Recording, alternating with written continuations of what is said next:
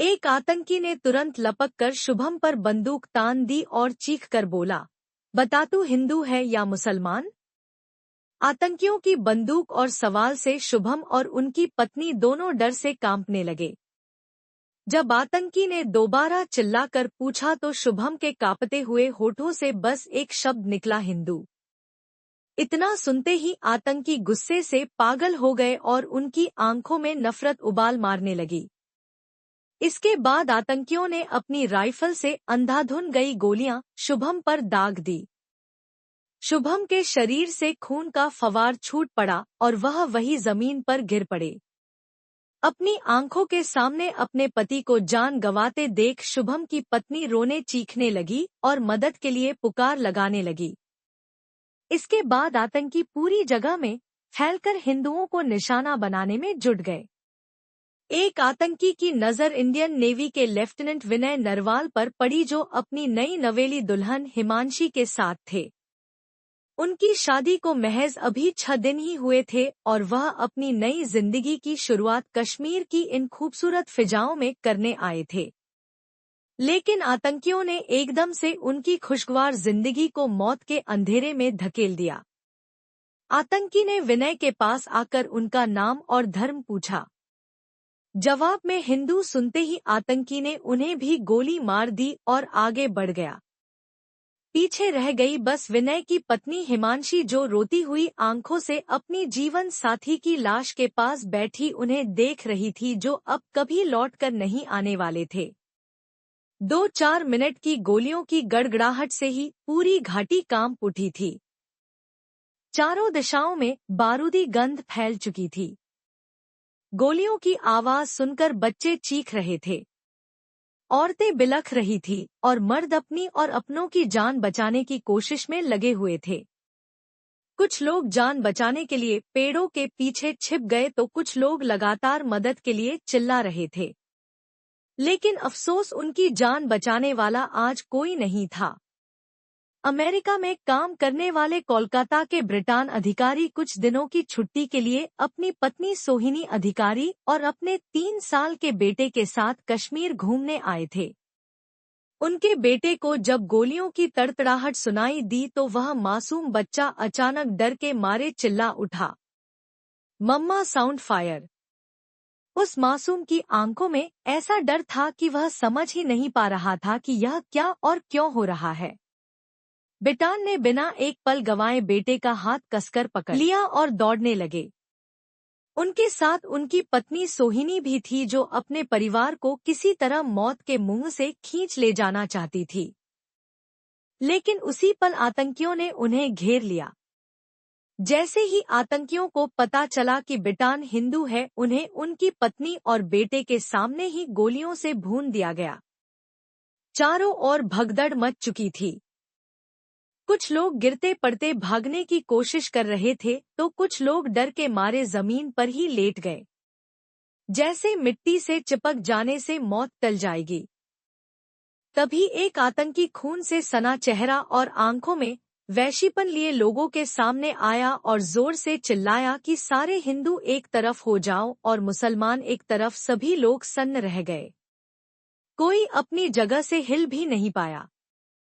इसके बाद उन आतंकियों ने एक एक कर लोगों से उनका धर्म पूछना शुरू किया। क्या तुम हिंदू हो? जिसने भी हाँ कहा, अगले ही पल आतंकियों ने उसे गोलियों से भून डाला। कुछ ही मिनटों में कई लोग मारे जा चुके थे। उन सभी की सिर्फ इतनी गलती थी कि वो हिंदू थे। मन ही मन वहां मौजूद सभी लोगों में खौफ था। किसी को नहीं पता था कि अगले पल कौन मौत के निशाने पर होगा। इसके बाद आतंकियों ने नाम पूछने के बजाय उनसे कलमा पढ़वाना शुरू कर दिया। जो लोग इसे पढ़ नहीं पाए, अगले ही पल उनकी जान ले ली। इन मासूम लोगों की भीड़ में सुशील नथानियल का परिवार भी मौजूद था। एक आतंकी सुशील के पास आया और दहाड़ते हुए बोला, चल घुटनों पर बैठ और कलमा पढ़। सुशील ने कांपते हुए जवाब दिया, मैं ईसाई हूँ। मुझे कलमा पढ़ना नहीं आता। बस यह सुनना था कि आतंकी ने झट से अपनी बंदूक सुशील की ओर घुमा दी और उनकी जान ले ली। दूसरी ओर पल्लवी के पति मंजूनाथ को भी आतंकियों ने धर्म के नाम पर मौत दे दी। पल्लवी अपनी आंखों के सामने अपने पति को जान गंवाते देख रो पड़ी और फंसते हुए आतंकियों से कहा कि मुझे भी मार दो, मैं अब जीकर क्या करूंगी। इस पर एक वहशी आतंकी जोर से हंस पड़ा और बोला, जा तुझे नहीं मारते मोदी को जाकर बता देना। 20 के करीब लोग मारे जा चुके थे। लेकिन आतंक का यह सिलसिला आज बैसन घाटी में रुकने का नाम नहीं ले रहा था। इसके बाद आतंकियों ने सभी मर्दों को लाइन में खड़ा किया और एक एक कर उनकी पेंट उतरवाकर उनका प्राइवेट पार्ट चेक करने लगे। यह terrorist spared no one as they massacre valley in Pahalgam. Terrorist asked for religious identity of people and shot down those who were Muslims. हमारे सामने ही सबको मारा, उधर कोई पुलिस वाला भी नहीं था, मार दिया गया। They belong to a group called the TRF। एक साथ 26 लोगों की हत्या करने के बाद आतंकी देवदार के पेड़ों से घिरे जंगल में घुस गए और बेफिक्र होकर वहां से तेजी से भाग निकले। मृतकों के परिवार फूट फूट कर दोज हु वर मुस्लिम्स।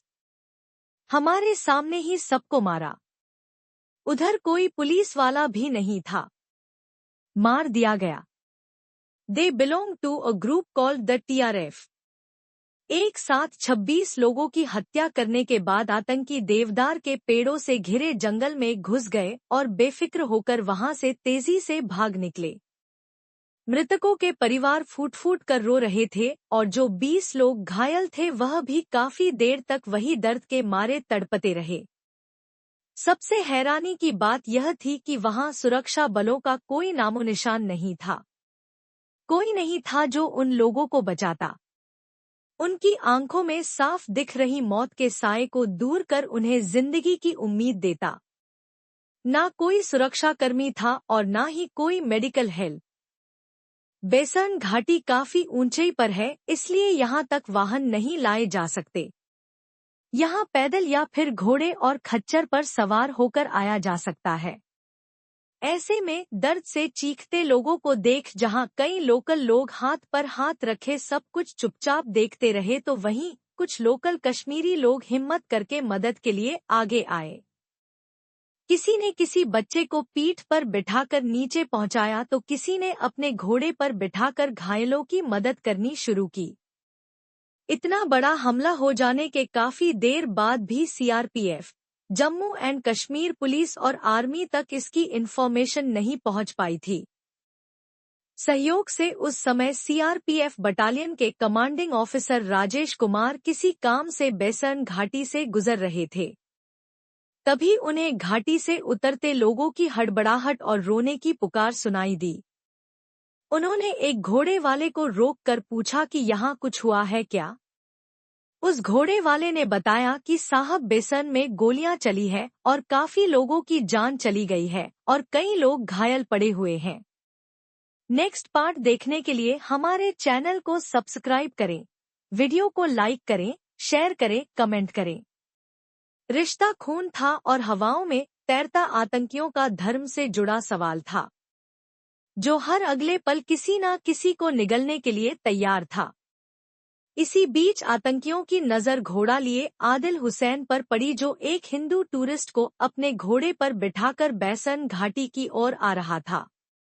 आतंकी सिर्फ गैर मुसलमानों का खून बहाना चाहते थे, इसलिए उन्होंने आदिल को नजरअंदाज कर उसके घोड़े पर बैठे टूरिस्ट पर निशाना साध दिया। पर इससे पहले कि कोई गोली चलती, आदिल अपनी जान की परवाह किए बिना टूरिस्ट को बचाने के लिए अकेले ही आतंकियों से भिड़ गया। उसने एक आतंकी से राइफल छीनने की कोशिश की, मगर अकेले आदिल की ताकत आतंकियों के सामने टिक नहीं पाई और कुछ ही पलों में गोलियों की बौछार ने उसे भी मौत की नींद सुला दिया। आदिल चाहता तो बीच में न आकर अपनी जान बचा सकता था, लेकिन वो एक मिसाल बना कि धर्म के नाम पर हिंसा करने वालों की भीड़ में अगर एक इंसान भी ऐसा है जो धर्म से ऊपर इंसानियत को रखता है, तो शायद यह दुनिया जीने लायक बची रहेगी। लेकिन उन हैवान आतंकियों के सर पर जैसे एक अजीब तरह की सनक सवार थी। उन्होंने अपने शरीर पर कैमरे लगा रखे थे जिनसे वह इस पूरी घटना की रिकॉर्डिंग कर रहे थे ताकि हिंदुओं की चीख पुकार से भरी रिकॉर्डिंग दिखाकर वह अपने आकाओं से शाबाशियां बटोर सके। उन आतंकियों को जब वहां कोई और गैर मुस्लिम मर्द नहीं दिखा तो वह पहले से ही मर चुके लोगों पर फिर से गोलियों की बौछार करने लगे और मरे हुए लोगों के लहूलुहान जिस्मों के साथ वहशी दरिंदे की तरह हंसते हुए सेल्फियां लेने लगे। उन्होंने पूरे 300 राउंड फायरिंग की थी। हैरानी की बात यह थी कि उन आतंकियों ने एक भी महिला को नहीं मारा था क्योंकि उनके लिए यह औरतें उस घटना का सिर्फ गवाह नहीं थी बल्कि उनकी दरिंदगी का जीता जागता सबूत थी जिन्हें उन्होंने सिर्फ इसलिए छोड़ा था ताकि यह जिंदा लाशें जाकर उस नरसंहार की खबर देश और सरकार तक पहुंचा सके। इस आतंकी हमले में 26 निर्दोष लोगों की जान चली गई, जबकि करीब 20 लोग बुरी तरह से घायल हुए। यह जम्मू कश्मीर के इतिहास का one of the deadliest terror attack था, जिसमें धर्म पूछकर लोगों को खुलेआम